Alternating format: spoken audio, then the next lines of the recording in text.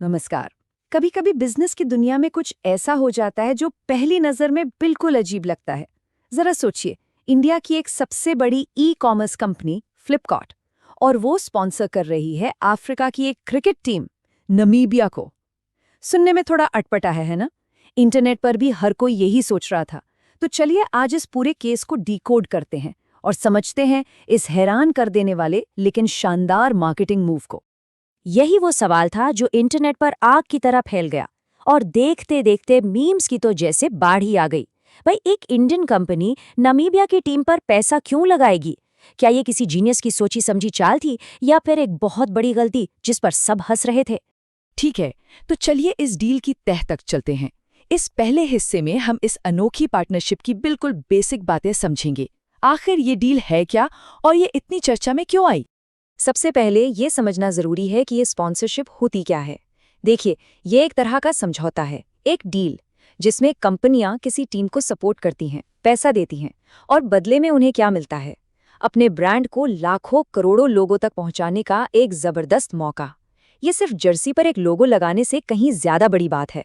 तो Flipkart Namibia deal के main points क्या थे? सीधी सी बात है, फ्लिपकार्ट T20 वर्ल्ड कप के लिए नामीबिया टीम का ऑफिशियल स्पॉन्सर बन गया। इसका मतलब टीम की जर्सी पर फ्लिपकार्ट का लोगो दिखेगा। और सबसे सबसे जरूरी बात, ये डील नामीबिया में बिजनेस बढ़ाने के लिए नहीं थी। इसका पूरा फोकस सिर्फ और सिर्फ भारतीय दर्शकों पर था। और यहीं पर कहानी में आता है असली ट्विस्ट। आखिर फ्लिपकार्ट ने इंडिया, ऑस्ट्रेलिया या इंग्लैंड जैसी किसी पावर हाउस टीम को क्यों नहीं चुना? उन्होंने नामीबिया जैसी एक अंडरडॉग टीम पर दाव क्यों खेला? इसी सवाल के जवाब में इस पूरी स्ट्रैटेजी का जीनियस छिपा है। देखिए, स्पॉन्सरशिप के लिए ना मोटे तौर पर दो रास्ते होते हैं। एक तरफ आप किसी बड़ी टॉप टीम को स्पॉन्सर कर सकते हैं, लेकिन उसमें पैसा बहुत लगता है और पहले से ही इतने सारे ब्रांड्स होते हैं कि आपकी खबर शायद दब जाए। वहीं दूसरी तरफ आप एक अंडरडॉग टीम को स्पॉन्सर करते हैं, लागत कम, लेकिन अगर आपकी स्ट्रैटेजी सही है तो आपको पक्के तौर पर अटेंशन मिलती है और एक अलग कहानी बनती है। और यहीं खुलता है इस पूरी कहानी का सबसे बड़ा राज। इस डील का असली कमाल नामीबिया को चुनने में नहीं था, बल्कि टूर्नामेंट के शेड्यूल को गहराई से समझने में था। असली सवाल ये नहीं था कि नामीबिया कौन है, असली सवाल ये था कि नामीबिया किसके खिलाफ खेलने वाली थी। जरा इस नंबर को देखिए, 40 से 50 करोड़। ये कोई छोटा मोटा नंबर नहीं है।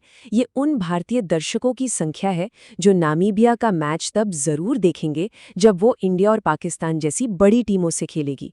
मतलब फ्लिपकार्ट ने बहुत कम पैसों में एक ब्लॉकबस्टर मैच की ऑडियंस को सीधे सीधे टारगेट कर लिया। और ये हमें लाता है इस डील के पैसों वाले पहलू पर। इसे आप मार्केटिंग का मनी बॉल मोमेंट कह सकते हैं, जहां आपने बहुत सारा पैसा नहीं बल्कि डेटा और स्मार्ट सोच का इस्तेमाल करके कम लागत में एक बहुत बड़ा रिजल्ट हासिल किया। पता है, इस डील की अनुमानित लागत कितनी थी? सिर्फ 40 करोड़ रुपए। जी हाँ, वर्ल्ड कप जैसे इतने बड़े इवेंट के लिए, जहां करोड़ों लोग मैच देखते हैं, ये रकम सच में बहुत कम है। अब ये स्लाइड देखिए, ये आपको पूरी कहानी एक झटके में समझा देगी। नामीबिया को स्पॉन्सर करने का खर्च लगभग 40 करोड़, और वहीं दूसरी ओर टीम इंडिया को स्पॉन्सर करने का खर्च 500 से 1000 करोड़ तक हो सकता है। मतलब फ्लिपकार्ट ने टीम इंडिया की स्पॉन्सरशिप की कीमत के 5% से भी कम में लगभग वैसी ही प्राइम टाइम विजिबिलिटी हासिल कर ली। कमाल है ना? लेकिन रुकिए, कहानी यहीं खत्म नहीं होती। एक स्मार्ट इन्वेस्टमेंट करना एक बात है, पर फ्लिपकार्ट एक कदम और आगे निकल गया। उन्होंने लोगों के इसी कंफ्यूजन को अपनी मार्केटिंग की जीत में बदल दिया। चलिए देखते हैं कैसे। फ्लिपकार्ट के मार्केटिंग हेड प्रतीक शेट्टी का ये बयान देखिए। इससे साफ है कि ये सब कुछ सोचा समझा था। वो जानते थे कि ये एक अपरंपरागत विकल्प है, पर वो इसके असर को भी अच्छी तरह समझते थे। मतलब ये जो वायरल बज़ बना ना, ये कोई तुक्का नहीं था, ये एक प्लान था। तो फ्लिपकार्ट ने यहाँ एक और बहुत ही मजेदार काम किया। उन्होंने लोगों के कंफ्यूजन का मजाक नहीं उड़ाया, बल्कि उसे गले लगा लिया। उन्होंने नामीबिया के ही खिलाड़ियों के साथ मजेदार एड्स बनाए और सीधे सीधे उस सवाल पर चुटकी ली कि भाई नामीबिया ही क्यों। और इसी एक कदम ने लोगों की जिज्ञासा को एक जबरदस्त ऑर्गेनिक मार्केटिंग कैंपेन में बदल दिया। और नतीजा आपके सामने है। इस एड कैंपेन को 25 करोड़ से भी ज्यादा व्यूज मिले। ये दिखाता है कि एक स्मार्ट और मजेदार आइडिया महंगे महंगे एड से कहीं ज्यादा पावरफुल हो सकता है। अब आगे बढ़ने से पहले एक बहुत जरूरी बात, ये जो हम कर रहे हैं, ये मुश्किल विषयों को आसान भाषा में समझने की हमारी एक कोशिश है। ये किसी भी तरह की खरीदने, बेचने या होल्ड करने की सलाह बिल्कुल नहीं है। ये सिर्फ एजुकेशनल पर्पस के लिए है। कोई भी फाइनेंशियल फैसला लेने से पहले प्लीज़ अपने फाइनेंशियल एडवाइजर से सलाह ज़रूर लें। तो अब आते हैं सबसे बड़े और असली सवाल पर। ये सब तो ठीक है, पर क्या ये डील फ्लिपकार्ट के लिए सच में फ़ायदेमंद रही? चलिए अब इस डील के रिटर्न ऑन इन्वेस्टमेंट यानी ROI को डीकोड करते हैं। इस टेबल पर ज़रा नज़र डालिए। ये इस डील की पूरी आर्थिक कहानी बता रही है। देखिए, फ्लिपकार्ट ने कुल मिलाकर करीब 50 से 60 करोड़ रुपए खर्च किए और बदले में जो एड वैल्यू और मीडिया कवरेज मिली वो ही सैकड़ों करोड़ की थी।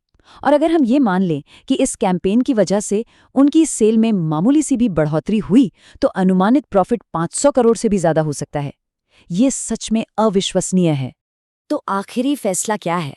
अगर हम बहुत ही कंजर्वेटिव अनुमान भी लगाएं, तो इस डील पर रिटर्न ऑन इन्वेस्टमेंट 5 से 10 गुना था। और इसी के साथ ये हाल के समय की सबसे कामयाब मार्केटिंग स्ट्रैटेजी में से एक बन जाती है। फ्लिपकार्ट के इस मूव ने मार्केटिंग की किताब में एक नया चैप्टर जोड़ दिया है। ये हमें सोचने पर मजबूर करता है कि इतने शानदार कदम के बाद ब्रांड्स अगला बड़ा और अनोखा कदम क्या उठाएंगे और बाकी कंपनियां इस अंडरडॉग स्ट्रैटेजी से क्या सीख सकती हैं। अगर आपको ऐसे ही डीप और इंटरेस्टिंग विश्लेषण पसंद है तो हमारे चैनल को सब्सक्राइब करना मत भूलिएगा। आपका सपोर्ट ही हमारी सबसे बड़ी मोटिवेशन है, जिससे हम ऐसे और भी दिलचस्प टॉपिक आपके लिए लाते रहें।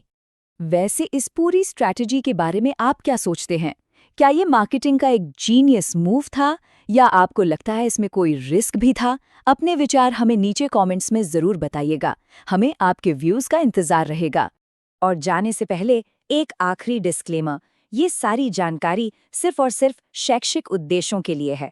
किसी भी फाइनेंशियल फैसले से होने वाले किसी भी नुकसान के लिए ये चैनल जिम्मेदार नहीं होगा। हमारा सुझाव है कि आप हमेशा अपने फाइनेंशियल एडवाइजर से सलाह लें। देखने के लिए बहुत बहुत शुक्रिया।